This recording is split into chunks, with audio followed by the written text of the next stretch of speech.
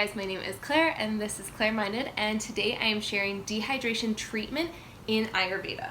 So in this video, what I'm going to go over, I'm going to give a brief definition of what dehydration is, what causes dehydration, the signs and symptoms that you can look for to see if you have dehydration, and then I will go into the treatment, the Ayurvedic style to help alleviate and cure dehydration in your body. So what is dehydration? Dehydration is literally when you are deficient in hydrating liquids in your body. Your intake is basically less than your output. So some of the things that can cause dehydration are a lack of oil and water intake, fear, travel, excess motion or movement, excessive urination or sweat, or if ama mixes with vata or pitta. Sometimes in the anuvahashrota in our stomach channel, it can cause some toxicity, and this will actually decrease your appetite and your thirst quench, so you'll actually be intaking less than you really should because of this ama mixing with the other doshas. So signs that you can look for to see if you have dehydration are dry mouth, burning sensations, feeble voice, sore throat, rough throat, rambling speech, exhaustion, bags under the eyes, slow brain function, overeating, irregular bowel movements, cracking joints, or sore muscles.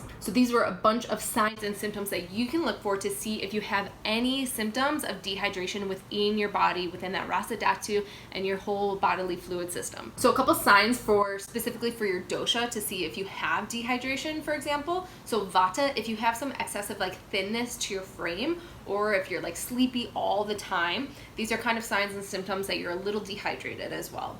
And actually cold water for the vata dosha will actually increase your thirst, and as we know, cold water decreases our agni, and especially for vatas, we do not want to add any more cold because we're already made up of air and ether, and that's already light, cold, and dry on its own, so we really don't want to be adding anything cold, especially to the vata dosha.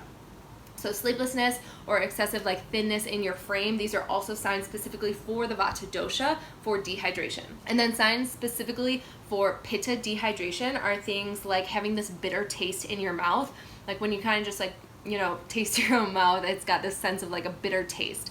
Maybe you have hot fumes almost coming off your mouth. These are signs of dehydration, and also red eyes. So these are specific pitta dosha dehydration signs that you can look for to see if you're dehydrated and you're also a pitta dosha. So specific signs for the kapha dosha, if you have signs of dehydration, and instead of the pitta dosha having this bitter taste in your mouth, the kapha dosha will have this excessive sweet taste in your mouth. So it'll just kind of be this constant consistency of the sweet taste.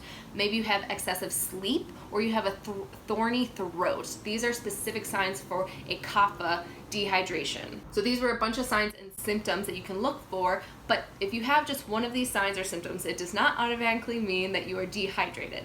You want to look at it as an overall picture. So if you start to see a few of these signs and symptoms, then you can start to really notice that, hey, maybe you might be dehydrated. But if you just have one of these signs or symptoms, that doesn't automatically mean that you're dehydrated. So really look at yourself as this whole picture, like we do in Ayurveda as a whole, and then start to notice if this is actually really dehydration. So now we're going to move into the Ayurvedic treatment specifically for dehydration and how we can help alleviate it naturally at home. So one of the best things you can do, especially for vata or pitta, is consuming VataADE. I have a video up here somewhere along those lines, and VataADE is this rejuvenating elixir that actually has salt, lemon, and maple syrup in it. It's super good for dehydration because what it does is the salt kind of helps you reabsorb and retain water a little bit better. The lemon stimulates the agni, and the maple syrup comes in with a lot of antioxidants that you're actually missing if you are really dehydrated. So it brings in this boost of energy and a lot of minerals and nutrients that you may be lacking if you're actually dehydrated. So VataADE, it's super delicious. You want to get more electrolytes, consuming more diluted fruit juices, consuming lots and lots of fruit, lots of rest, practice some legs up the wall, happy baby, or just shavasana on your yoga mat. Just relax, do some yin yoga, and just chill out. If you're dehydrated, you don't want to be overexerting yourself because this can cause more sweat and more dehydration, which we do not want to do. We also want to be practicing external oleation. So a few of external oleation are things like abhyanga, a delicious practice. Sesame oil is great for vata dosha. Coconut oil is great for Pitta dosha, and sunflower oil is great for the Kapha dosha. You can add in a little bit of licorice powder, and powdered licorice actually helps you, it's a demulcent, so it helps you like retain and moisturize your body even further.